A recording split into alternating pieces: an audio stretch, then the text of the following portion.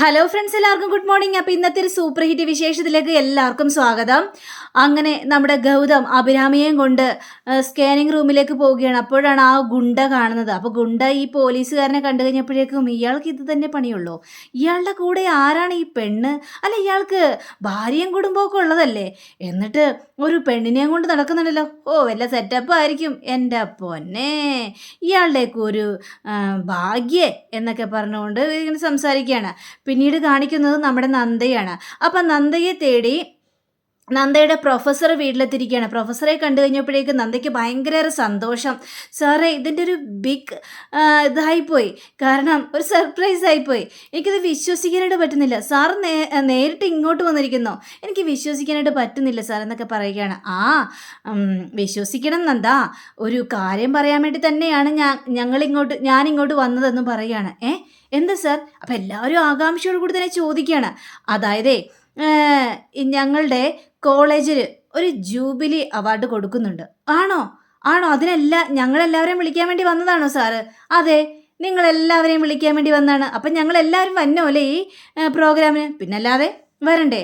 അല്ല, ഗൗതമില്ലേ? ഇല്ല, ഗൗതം ഡ്യൂട്ടിക്ക് വേണ്ടി പോയിരിക്കുകയാണ്. അപ്പോൾ ഗൗതമില്ലല്ലേ എന്ന് സംസാരിച്ച് കഴിഞ്ഞപ്പോഴേക്കും, അതെ, പിന്നെ വേറൊരു കാര്യമുണ്ട്, നിങ്ങളെല്ലാവരെയും വിളിക്കാനാണെങ്കിൽ എനിക്കെന്താ ഫോൺ വിളിച്ചാൽ പോരെ, പക്ഷേ ഇവിടം വരെയും വന്ന് നിങ്ങളെ വിളിക്കണമെന്നുണ്ടെങ്കിൽ അതിന് വലിയൊരു കാര്യം തന്നെ ഉണ്ടെന്ന് നിങ്ങൾ കരുതിക്കോ. എന്താണ് സാർ, എന്താണ് ആ കാര്യം എന്ന് ചോദിച്ചപ്പോഴേക്കും, അതെ, ഈ ജൂബിലി അവാർഡ് എന്ന് പറഞ്ഞില്ലേ, ആ അവാർഡ് കൊടുക്കാൻ വേണ്ടി കുട്ടികളെല്ലാം തിരഞ്ഞെടുത്തിട്ടുണ്ട്. അതിൽ ഫസ്റ്റ് പ്രൈസ്, അതായത് മികച്ച സ്റ്റുഡൻറ്റിനുള്ള അവാർഡ് കൊടുക്കാനായിട്ട് പോകുന്നത് അത് നന്ദയ്ക്ക് തന്നെയാണ്.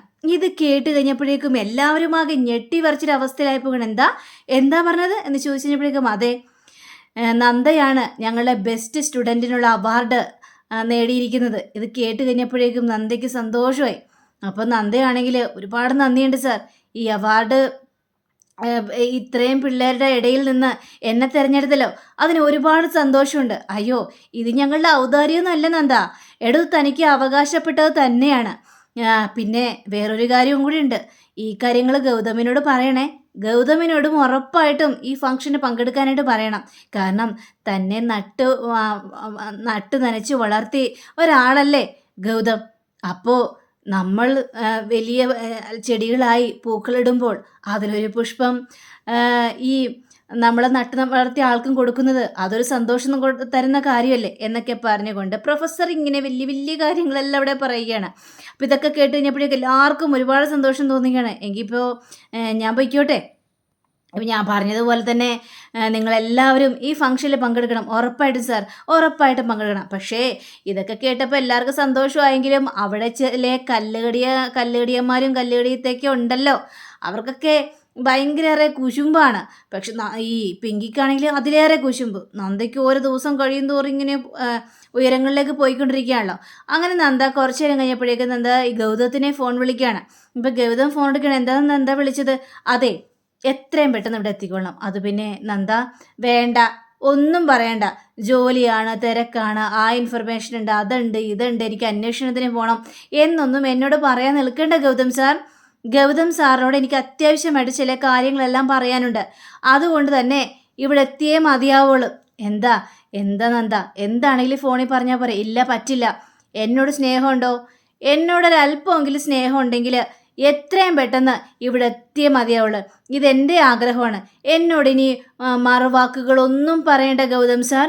ഗൗതം സാർ ഇവിടെ എത്തണം, എന്നോട് സ്നേഹം ഉണ്ടെങ്കിൽ എന്ന് പറഞ്ഞുകൊണ്ട് നന്ദ അവിടെ ഫോൺ വയ്ക്കുകയാണ്. ഗൗതം ആകെ ടെൻഷൻ അടിച്ച് നിൽക്കുകയാണ്. എന്ത് ചെയ്യണമെന്ന് അറിയാൻ പാടാത്തൊരവസ്ഥ. കാരണം ഈ അഭിരാമിയെ വിട്ടിട്ട് എങ്ങോട്ടും പോകാനായിട്ട് പറ്റില്ലല്ലോ. അങ്ങനെ ഒരു അവസ്ഥയെ കിടക്കുകയാണല്ലോ അഭിരാമി. പക്ഷേ നന്ദയോട് എന്ത് പറയും, അതും ചിന്തിച്ചാണ് ഗൗതം നിൽക്കുന്നത്. അപ്പോൾ ഈ അഭിരാമി ചോദിക്കുകയാണ്, എന്താ ഗൗതം, ആരാ വിളിച്ചത്? അല്ല, എന്തൊക്കെയോ മാറുന്ന സംസാരിക്കുന്നുണ്ടല്ലോ.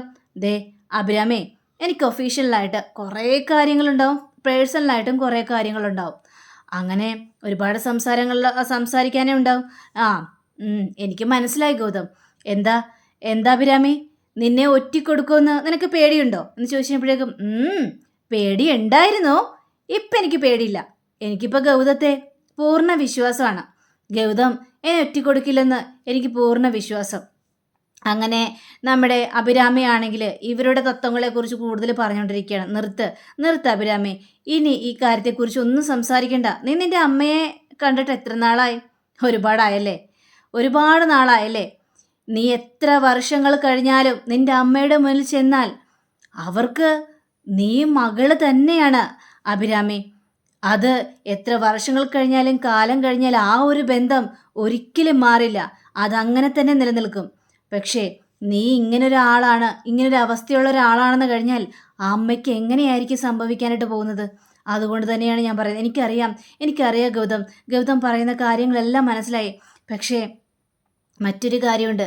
ഗൗതത്തിനെ ഞാൻ ഒരു പോലീസുകാരനായിട്ടല്ല, ഒരു മനുഷ്യനായിട്ട് തന്നെയാണ് കാണുന്നത്. എൻ്റെ മനസ്സിലേക്ക് കയറി വരുന്നത് പല ചിന്തകളുമാണ്. അതേ അഭിരാമി, അതേപോലെ തന്നെയാണ് എനിക്ക് എത്രയൊക്കെ നീ കുറ്റം ചെയ്തു എന്ന് പറഞ്ഞാലും, ഏതൊക്കെ രീതിയിൽ പോയെന്ന് പറഞ്ഞാലും, എൻ്റെ ആ പഴയ കളിക്കൂട്ടുകാരിയായിട്ട് തന്നെയാണ് എനിക്ക് നിന്നെ കാണാനായിട്ട് പറ്റുള്ളൂ. അല്ലാതെ വേറൊരു രീതിയിലും എനിക്ക് നിന്നെ കാണാനായിട്ട് പറ്റില്ല അഭിരാമി എന്നിങ്ങനെ സംസാരിക്കുകയാണ്. ഇതൊക്കെ കഴിഞ്ഞപ്പോഴേക്കും എനിക്ക് മനസ്സിലായി, കാര്യങ്ങളെല്ലാം മനസ്സിലായി. അല്ല, പറഞ്ഞില്ലല്ലോ, വീട്ടിലെന്താ വിശേഷം? ആരാ വിളിച്ചത്? ആ, നന്ദയെ വിളിച്ചു. ഓ, നന്ദയാണ് വിളിച്ചത്. എന്താ പ്രത്യേകിച്ച് വിളിക്കാനുള്ള കാരണം? ആ, എന്നോട് ഇഷ്ടമുണ്ടെങ്കിൽ അങ്ങോട്ട് ചെല്ലാനാ പറഞ്ഞിരിക്കുന്നത്. എന്നാ ചെല്ല്, പിന്നെന്താ പോകാതിരിക്കുന്നത്? എനിക്കിപ്പോൾ അങ്ങനെ പോകാനായിട്ട് പറ്റുമോ നിന്നെ ഇവിടെ ഇട്ടിട്ട്? അത്രയ്ക്കൊരവസ്ഥയിലായിരിക്കുകയല്ലേ നീ. അതുകൊണ്ട് എനിക്ക് പോകാനായിട്ട് പറ്റുമോ? പോണം. നന്ദ അത്ര സ്നേഹത്തോടെ വിളിച്ചല്ലേ. അല്ലെങ്കിൽ ഗൗതം ചെന്നില്ലെങ്കിൽ നന്ദയ്ക്ക് സങ്കടാവില്ലേ? അതുകൊണ്ട് ചെല്ലണ്ടേ? പക്ഷേ എൻ്റെ കാര്യം ഓർത്തൊന്നും ഗൗതം സങ്കടപ്പെടേണ്ട ആവശ്യമില്ല. എനിക്കിപ്പോൾ യാതൊരു കുഴപ്പമില്ല. പിന്നെ ഞാൻ മനസ്സുകൊണ്ട് സ്വയം ശക്തി പ്രാപിക്കാനായിട്ട് ശ്രമിക്കുന്നുണ്ട്. അതൊക്കെ തന്നെ ധാരാളം. പിന്നെ ഗൗതം പോയിട്ട് പെട്ടെന്ന് തന്നെ വരുമല്ലോ. എന്തെങ്കിലും ആവശ്യമുണ്ടെങ്കിൽ ഞാൻ അപ്പം തന്നെ ഗൗതത്തെ വിളിച്ചോളാം. പിന്നെ നന്ദയെ വിഷമിപ്പിക്കാനായിട്ട് പാടില്ലല്ലോ. നന്ദയ്ക്ക് എന്താ പറയാനുള്ളതെന്ന് അത് അറിയണ്ടേ? അല്ലെങ്കിൽ വിചാരിക്കില്ലേ ഗൗതത്തിന് നന്ദയോട് സ്നേഹമില്ല എന്ന്. ആ, മനഃപൂർവ്വം ഞാൻ പല സമയത്ത് ഫോൺ എടുക്കാറില്ല. കാരണം നന്ദയോട് സ്നേഹമുള്ളത് കൊണ്ട് തന്നെയാണ്. അവളെ വിഷമിപ്പിക്കേണ്ട എന്നൊക്കെ വിചാരിച്ചുകൊണ്ടാണ് ഞാൻ ഫോൺ എടുക്കാത്തത്. കാരണം ഇങ്ങനൊരു സത്യം എനിക്ക് ഒരിക്കലും തുറന്നു പറയാനായിട്ട് പറ്റില്ലല്ലോ. അത് ശരിയാണ്. എന്നാൽ പിന്നെ പോയിട്ട് വാ. എങ്കിൽ ഞാൻ പോയിട്ട് വരാല്ലേ. ആ, നന്ദയോട് എൻ്റെ അന്വേഷണം പറയണേ. നടന്നത് തന്നെ. ശരി ഗൗതം പോയിട്ട് വാ എന്നും പറഞ്ഞുകൊണ്ട് ഗൗതത്തെ പറഞ്ഞു വിടുകയാണ്. ഇതേ സമയം തന്നെ നന്ദയാണെങ്കിൽ ആകെ ടെൻഷൻ. പക്ഷേ എല്ലാവരും ഭയങ്കര സന്തോഷത്തിൽ. അപ്പം നന്ദയെ കണ്ടു കഴിഞ്ഞപ്പോഴേക്കും ലക്ഷ്മി ചോദിക്കണം, എന്താ മോളെ നന്ദേ, നിനക്കിത് എന്ത് പറ്റിയെന്ന് ചോദിച്ചു കഴിഞ്ഞപ്പോഴേക്കും ഇല്ല, ഞാൻ ഒരേ കാര്യങ്ങളും ആലോചിക്കുകയായിരുന്നു ഗൗതം സാറിനെ കുറിച്ച്. അല്ല, ഗൗതത്തോട് നീ പറഞ്ഞോ? നിനക്ക് അവാർഡ് കിട്ടിയ കാര്യം പറഞ്ഞോ എന്ന് ചോദിച്ചപ്പോഴേക്കും ഇല്ല, പറഞ്ഞില്ല. പക്ഷേ ഞാൻ ഇങ്ങോട്ട് വന്നോന്ന് പറഞ്ഞു. എന്നോട് സ്നേഹം ഉണ്ടെങ്കിൽ ഇങ്ങോട്ട് വന്നോന്ന് പറഞ്ഞു. അതല്ലല്ലോ അതിൻ്റേതായ ശരി. എന്താണ് വിഷയമെന്ന് പറയണ്ടേ? പക്ഷേ എൻ്റെ ഒരു രീതിക്കനുസരിച്ച് സ്നേഹം ഉണ്ടെങ്കിൽ ഇങ്ങോട്ട് വരണോ അമ്മായി? അതല്ലേ അതിൻ്റേതായ രീതി. അപ്പോൾ പിങ്കിയാണെങ്കിൽ നടന്നത് തന്നെ. ഈ ഗൗതം ഓരോ തിരക്കുള്ള ആളല്ലേ, അങ്ങനെയൊന്നും കാണില്ല. ഗൗതം ഒരിക്കലും ഇങ്ങോട്ട് വരാനായിട്ട് പോകുന്നില്ല എന്ന് പറയണം. അപ്പോൾ പിങ്കി അങ്ങനെ പറഞ്ഞ് തീരേണ്ട താമസം ദേ വരുന്നു നമ്മുടെ ഗൗതത്തിനെ കണ്ടു കഴിഞ്ഞപ്പോഴേക്കും അർജുന് സന്തോഷം തോന്നി. അപ്പോൾ അർജുൻ പറയാണ്, പിങ്കി നീ വരില്ല എന്ന് പറഞ്ഞ ആൾ ദേ വന്നിരിക്കുന്നു പിങ്കി, എങ്ങനെയുണ്ട് ഇപ്പോൾ? അപ്പോൾ ഗൗതം ചോദിക്കണം, എന്താ പ്രശ്നം? പിന്നെ നന്ദ എന്താ എന്നോട് വരാനോട് പറഞ്ഞത്? അത് പിന്നെ ഗൗതം സാർ. അപ്പം അമ്മായി എടുത്ത് വൈകി ചാടി എണീറ്റിട്ട് പറയണം, ഞാൻ പറഞ്ഞോളാം.